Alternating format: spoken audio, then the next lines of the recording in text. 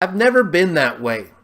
I've got along with, and I'm going to talk about this color coding. I'm saying Mexican because I will use them because people use them, but I don't use them as a preference. Color terms like black, white, brown.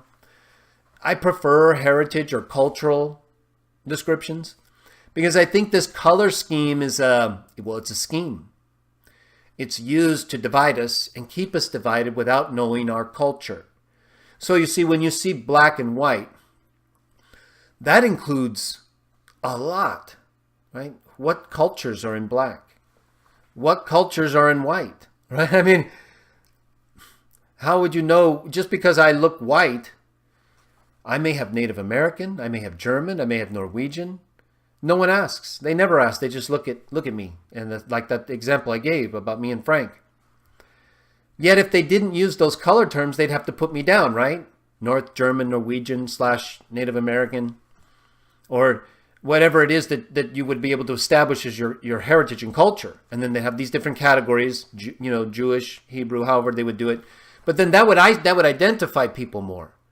Some in better ways, potentially, some in worse, according to how they see it in the sense of the maybe recent persecutions, like the way the Jews were persecuted by the Nazis. So you can see coming out of World War II, this potential reason for a less specific cultural heritage ethnicity scheme than a color-coded scheme, right? Because it would hide, it was mask the differences that would allow you to either be persecuted, maybe if people hated you as a Jew, or to be grouped together and then separated from others who are viewed as the minority. And so you can have all these other cultures and groups who aren't white against everyone who looks white. And so you can pit them against each other much easier and effectively as groups versus the North German Norwegians versus, whomever. You would have to get very specific in ways that actually have to do with culture that would make more sense because that's who the people really are.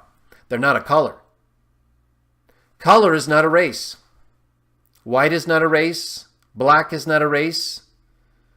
Brown is not a race. We just use that as an easy and less efficient, inaccurate way to group people that ends up causing these divisions. And then we identify with the colors better, more easily. Kind of like the way we do with sports teams. We're susceptible to that.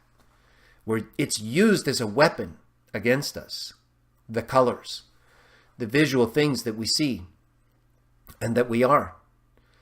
And so it's much easier for gangs and groups or just racist collectives to form together based on this easy identifying mark.